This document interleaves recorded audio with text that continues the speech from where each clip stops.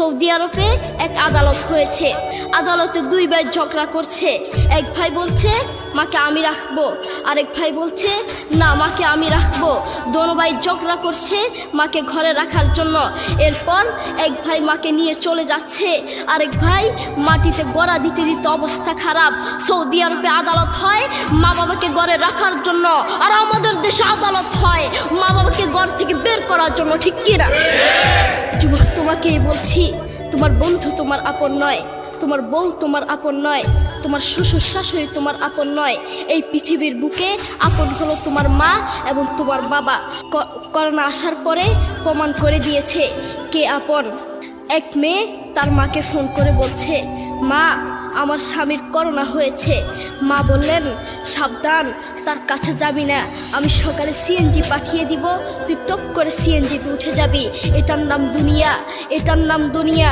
Corona হওয়ার পরে বন্ধুর কাছে যায় নাই, করোনা হওয়ার পরে শ্বশুর শাশুড়ির কাছে যায় নাই, করোনা হওয়ার পরে স্বামী স্ত্রীর কাছে যায় নাই, কিন্তু করোনা হওয়ার পরে এখনো ইতিহাস আছে মা তার ছেলেকে গিয়ে চুমু খেয়েছে। করোনা হওয়ার পরে এখনো ইতিহাস আছে বাবা তার ছেলেকে কাঁধে নিয়ে হাসপাতালে গিয়েছে, ঠিক কি না? যুবক, তুমি তোমার মাকে কিছু মনে করছো না। তোমার মাকে তুমি ঘর থেকে বের করছো। ছেলে বিদেশ থেকে এসেছে, এসে শ্বশুর বাড়িতে গিয়েছে, তারা তাকে উল্টাপাল্টা বুঝিয়েছে। এখন বাড়িতে এসে সে বলছে, মা তুমি আমার টাকায় খাও, আমার ঘরে থাকো, আবার আমার বউকে পিটাও। এই কথা শোনার পরে কি কোনো মার কলিজা আছে? মা বাথরুমে গিয়ে আধা ঘন্টা কাঁদতে লাগলেন, কেঁদে অজু করে নামাজে দাঁড়ালেন। নামাজ পড়ে আল্লাহর কাছে বলতে লাগলেন, আল্লাহ তুমি আমার মার উপর রাগ করিও না, আমার ছেলের উপর রাগ করিও না, ও ভুল করেছে, তুমি আমার ছেলের উপর রাগ করিও না, আমি আমার ছেলেকে বুঝাবো। এরপর মা গিয়ে ছেলেকে বুঝাচ্ছেন, বলছেন বাবা তুমি আমাকে বের করে দিবা, সমস্যা নেই, তুমি আমাকে বের করে দিও, কিন্তু আমার একটা স্বপ্ন আছে। ছেলে বললেন কি স্বপ্ন বলেন? মা বললেন তুমি বাজারে গিয়ে একটা পাকা আম নিয়ে আসবা, এসে তোমার বুকের উপর রাখবা, সকালে উঠে ওটা আমি খাবো। এরপর ছেলে বললেন আচ্ছা ঠিক আছে।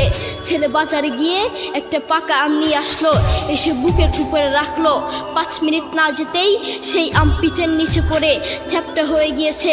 এরপর ছেলে মাকে বললেন, মা তুমি কি সকালে উঠে আমটা খাবে? ওটা 5 মিনিট না যেতেই পিঠের নিচে পড়ে চ্যাপ্টা হয়ে গিয়েছে। এরপর মা চোখের পানি ছেড়ে বলল, বাবা আমি আসলে তোকে খাওয়ার জন্য বলি নাই, আমি আম খাওয়ার জন্য বলি নাই, আমি তোমাকে বুঝার জন্য বলেছি। তুমি আজ একটা রাত এই আমটা রাখতে পারো নাই, আমটা বুকের উপর রাখতে পারো নাই, আর আমি সেই তোমার দুঃখিনী মা যে 1 বছর 2 বছর নয় 3 বছর নয় পাক্কা 5টা বছর এভাবে তোমাকে রেখেছি। আমিও যদি তোমার মতো এভাবে ঘুমাতাম, তুমিও তো আমার পিঠের নিচে পড়ে চ্যাপ্টা হয়ে যেতা। এরপর ছেলে চোখের পানি ছেড়ে বলল, মা আসলে আমি বুঝতে পারি নাই তুমি কি জিনিস,